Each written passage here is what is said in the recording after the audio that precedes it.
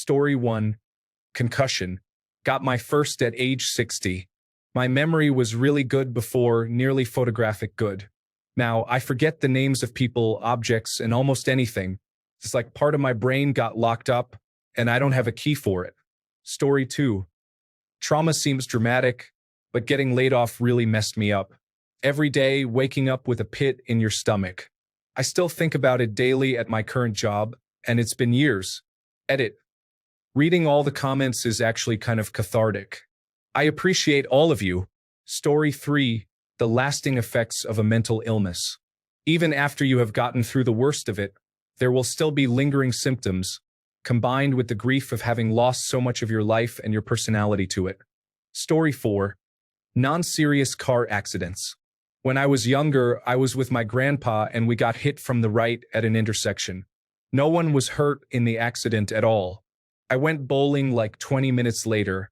Yet, it's been years and I still get that anxiety and panicked feeling when a car is pulling up to an intersection from the right.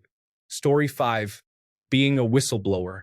Reaching the point where you know you have to speak up is a breaking moment in itself, when you realize that staying silent is no longer an option, despite knowing the risks. Following through and blowing the whistle is isolating and terrifying. You're putting your trust in systems and people who may not be there to protect you. The fear of retaliation, the loss of relationships, and the feeling of being labeled as the enemy all take their toll. And even after it's over, the impact lingers long after everyone else has moved on. The world expects you to return to normal, but the experience leaves a deep mark, changes you, trust becomes harder, and the weight of what you did and why never fully leaves you. I don't regret it, but I am not who I used to be anymore. Story 6. Early childhood trauma, such as not holding your child, not caring for basic needs, or having a toxic home environment, can have a lifelong impact on attachment style development and emotional regulation. This can cause significant issues in the future. Many people think children won't understand due to their age and believe it won't bother them or they won't remember, or use whatever excuse they want. However, children don't need to understand for it to be traumatic. Early childhood development is vital for having stability and a proper foundation to become a functioning adult later in life. Story 7. Having depression.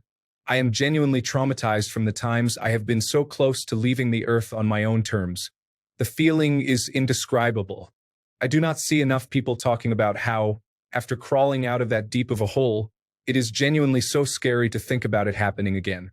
Story 8. Living with an invisible chronic condition, in my case Crohn's disease, in my wife's case fibromyalgia. We both look fine on the outside but frequently deal with different types of unseen pain and discomfort that others have trouble relating to. Even though they are different conditions, it's nice that we each have a brief understanding of what the other is experiencing. Story 9. Parents not teaching you basic life skills. When I turned 18, my parents never taught me how to do anything, so I had to learn everything from Google and sometimes my adult coworkers.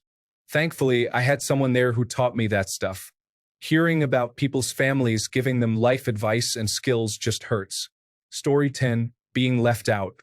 Even though I am accepted and have a pretty strong voice in my fraternal order, I still have intense feelings of loneliness left over from growing up that I have a hard time expressing.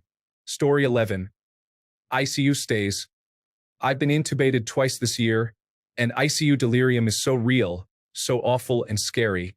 You really have no sense of reality, and it makes processing anything next to impossible. I hallucinated that my dead boyfriend was decomposing in front of me, and generally, I had no idea what was real. Story 12. Watching a loved one die from cancer and then having people who beat it talk about being stronger than cancer and deciding the cancer couldn't beat me makes me irrationally angry. Are you saying my mom died because she was weak or didn't want to live? I'm so glad you survived, and I'm sure having a positive attitude helps, but it's not because you were stronger or better than people who died. Story 13. Teasing. When I was younger, people would tease me with the opposite sex. Just being close to a girl would get you teased by old relatives and even classmates. It was so uncomfortable that even now I cannot get close to a girl and form a romantic relationship because I feel awkward. I found it more calming and peaceful to be friends with guys. Hence why I think I switched teams. Story 14. I don't think people realize how traumatizing it is for kids whenever their parents argue in front of them. Even an argument on a lower scale or just tense talking, let alone shouting, calling names, and domestic abuse. Story 15. Maybe not as serious, but job searching and continuous rejections can be daunting. Watching hard-earned savings and the emergency fund drain while you feel powerless because you can't get to the next step in an interview process. Story 16. Being bullied. We know it can be harmful to children, but being bullied as an adult can have the same effects. Feelings of isolation and loneliness, a fear of worthlessness, depression and sadness, fear of going to where the bully is, scared of doing something or saying something that will cause them to react towards you, afraid of reacting to the things that they say or do so that you look weak or vulnerable. Being bullied absolutely sucks. Story 17. One thing that can be more traumatizing than people realize is emotional neglect, especially in childhood. It might not leave visible scars, but the long-term effects on self-esteem, relationships, and mental health can be profound. Many people underestimate how damaging it can be to feel unseen or unvalued. Story 18. Being stalked and harassed continually by someone. That happened to me last year, and I still have post-traumatic stress disorder dreams about it, and some days it's hard for me to leave the house because I know he knows where I live. Story 19. Being ghosted quite suddenly by someone you talked with every day, who told you daily that they loved you and made you love them back. When you've spent a significant amount of time with this person, months, not weeks or a year, and suddenly gone. No word, nothing. I thought I was completely worthless. Now I think maybe a suicide attempt. It will take a long time to heal. Story 20. Getting dumped unexpectedly makes you question your own thoughts and every relationship for a long time. Even years later, there is always a thought in the back of my mind, wondering if I'm being lied to by my husband when he says he loves me. I've worked on it in therapy, but it's impossible to fully trust when the person you love the most in the world can just leave you without warning by choice. Story 21. Other people's apathy. I'm a teacher, and I used to love my job. Post-COVID, the kids don't participate in anything. I used to be able to have discussions in my class, students would ask questions, and we'd go off on tangents. It was great. Now I'm mostly listening to the sound of my own voice. It's affected me a lot, and I have nightmares about the complete lack of motivation in the people around me. Story 22. Being bullied as a young kid gave me post-traumatic stress disorder and crippling self-hatred for life. I've been out of school for years, and it still continues to affect almost every aspect of my life. Story 23. Losing your hair, woman or man. I lost 70% of my hair at age 14. I'm 37 now, and my hair is regrowing thanks to being on Janus kinase inhibitors for autoimmune conditions. Throughout the years, I've heard it all. Well, at least you still have hair, or your hair is curly, so it doesn't look that thin. That may sound comforting, but nearly all statements were said in invalidating ways. They downplayed my extreme hair loss, saying it's just hair, or told me to get over it. It really affected my self-esteem for a long time, and there was a huge sense of grief. Woman or man, our hair affects how we feel about our appearance. I am so thankful medication is restoring my hair. 7 weeks on Rinvoq, and my hairline has completely filled back in. Story 24. I'm 30 and still finding different ways the emotional vacuum my mother left me in has affected my life.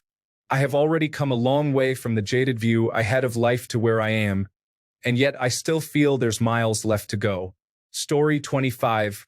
Undiagnosed neurodivergence. Simple tasks like making a sandwich or doing laundry can feel as difficult as holding your hand in a bucket of ice. But if you don't push through and do it without showing that it's a struggle, you're seen as lazy or selfish or manipulative. Suddenly you're 30 and having panic attacks every time you try to do laundry and probably have to figure out on your own that you've developed complex post-traumatic stress disorder from just existing.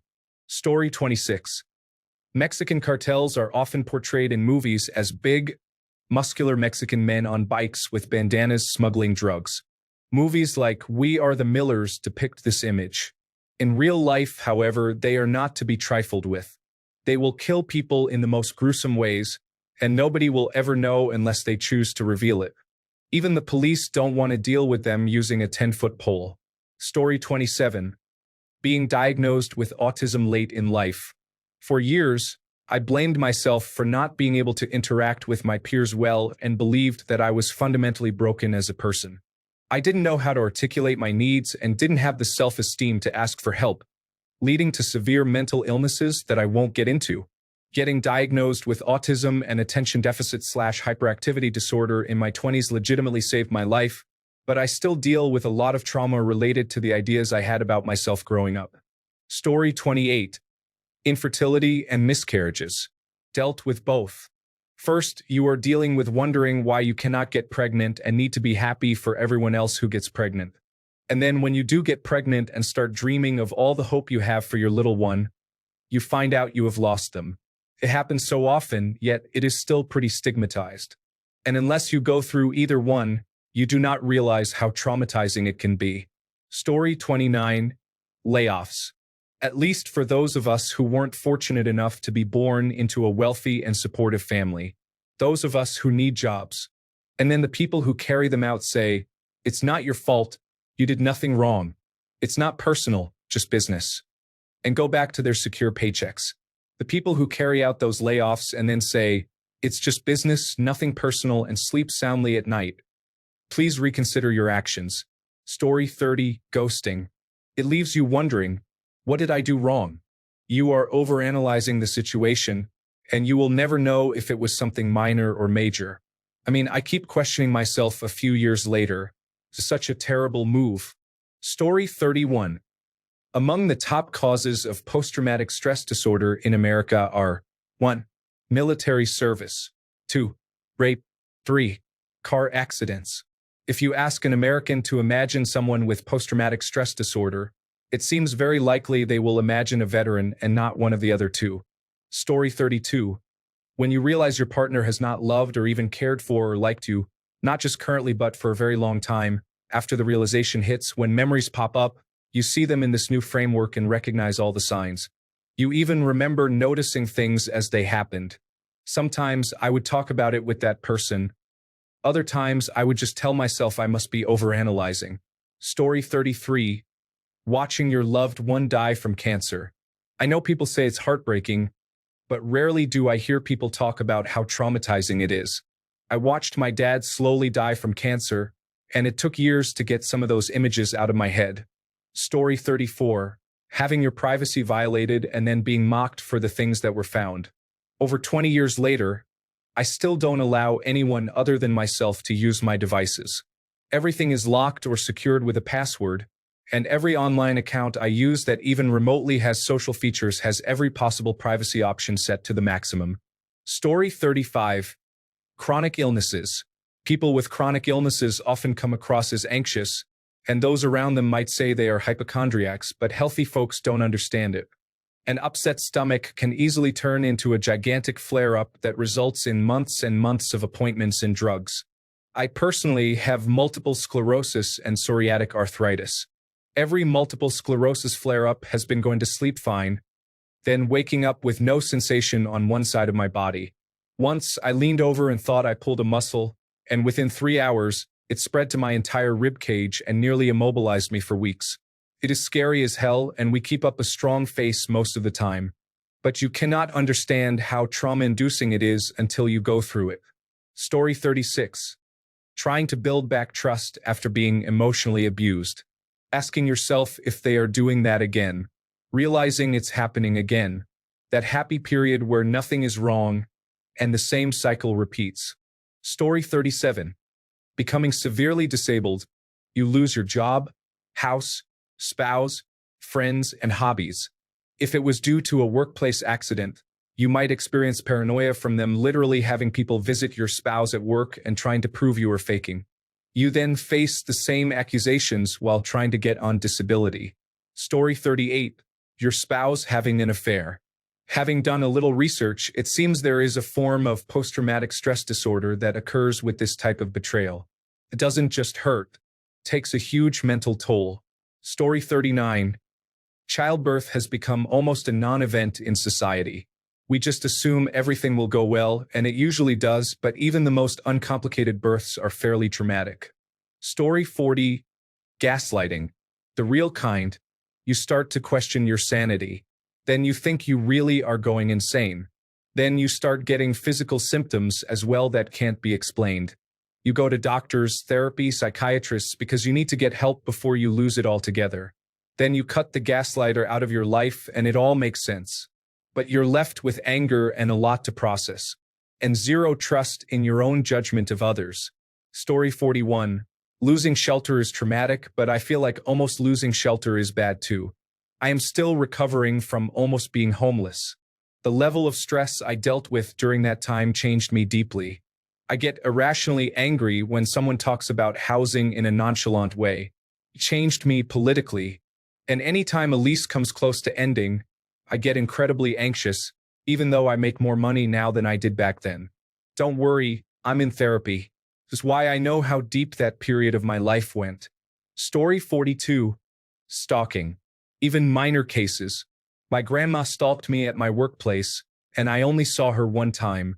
I had already put in my 2 weeks' notice due to unrelated reasons, and it caused me to have an anxiety attack in front of my coworkers. I didn't realize it affected me until I saw a woman who looked almost exactly like her during a movie, and I was genuinely shaking in fear.